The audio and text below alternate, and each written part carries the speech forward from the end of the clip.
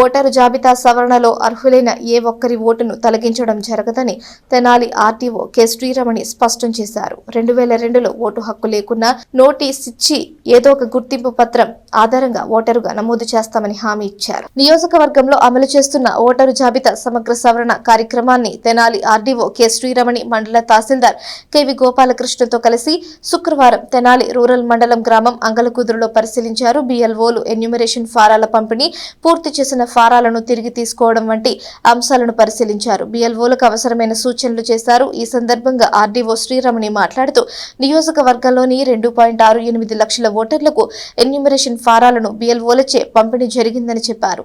పూర్తి చేసిన ఫారాలను మళ్లీ తీసుకుని వాటిని డిజిటలైజ్ చేసి జూలై 15 నాటికి డ్రాఫ్ట్ జాబితాను ప్రచురించాలని భావిస్తున్నామని తెలిపారు. అందుకే బిఎల్ఓలతో పాటు సూపర్వైజర్లు, ఏఈఆర్ఓలు, ఈఆర్ఓలు కూడా స్వయంగా పర్యవేక్షిస్తున్నామని చెప్పారు. 2002లో ఓటు ఉంటేనే జాబితాలో ఉంచుతారని, లేకుంటే తొలగిస్తారని అపోహలు వద్దని అన్నారు. ఓటు హక్కు లేని వారికి మళ్లీ నోటీసులిచ్చి నమోదు చేస్తామని తెలిపారు. మండల తహసీల్దార్ కెవి గోపాలకృష్ణ మాట్లాడుతూ ఎన్యూమరేషన్ ఫారాలను పూర్తి చేయలేని వారికి బిఎల్ఓలు సహకరించాల్సిందిగా ఆదేశించినట్లు తెలిపారు. ఎవరి ఓటు తొలగించడం జరగదని స్పష్టం చేశారు.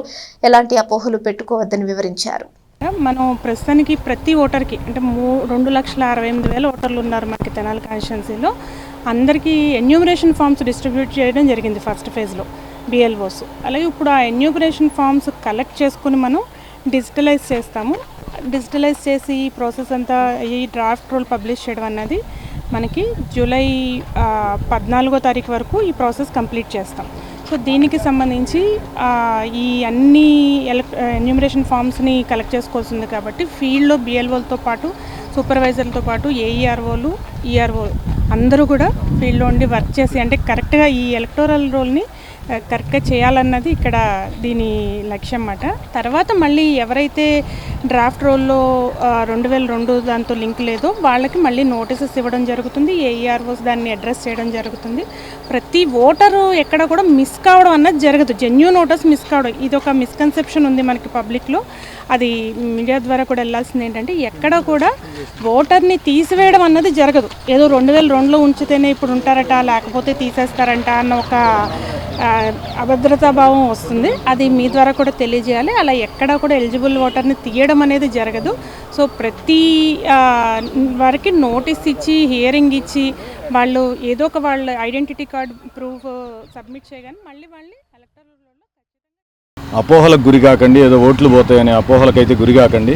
అలాగే అప్లికేషన్ ఫామ్ ఫిల్ చేయడంలో కూడా ఎవరు ఏమి ఇబ్బందులు ఎదుర్కోవాల్సిన అవసరం లేదు. ఇప్పటికే మా బిఎల్ఓలు ఎవరైతే ఉన్నారో వారి ఇంటింటికి తిరిగి ఈ ఫారం మీ చేతికి ఇచ్చున్నారు.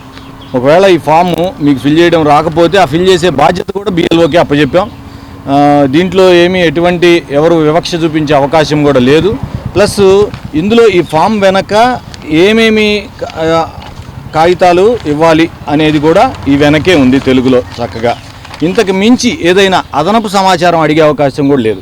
ఈ మధ్య మాకేముందంటే ఏదో బ్యాంక్ అకౌంట్ అడిగారు, ఏదో సంథింగ్ ఒక అనవసరమైన అపోహలకు గురవుతున్నారు. అట్లాంటి ఏం అవసరం లేదు. 2002కి మీ కుటుంబం మీరు ఇక్కడ ఉండి మీరు ఓటర్గా ఉంటే ఎటువంటి ఎక్కువ ఆధారాలు సమర్పించాల్సిన అవసరమే లేదు.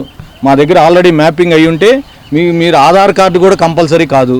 ఖచ్చితంగా అది ఒక మ్యాండటరీ కాలమేమి కాదు. మీరు ఇస్తానంటే మా వాళ్ళు తీసుకుంటారు. అదనపు సమాచారం అడిగి మిమ్మల్ని ఇబ్బంది పెడుతున్నారని అనుకోకండి. దయచేసి మా సిబ్బందికి సహకరించండి. ఎట్టి పరిస్థితుల్లో ఇది మేము 14వ తారీఖు లోపు కంప్లీట్ చేయాలని ఉంది.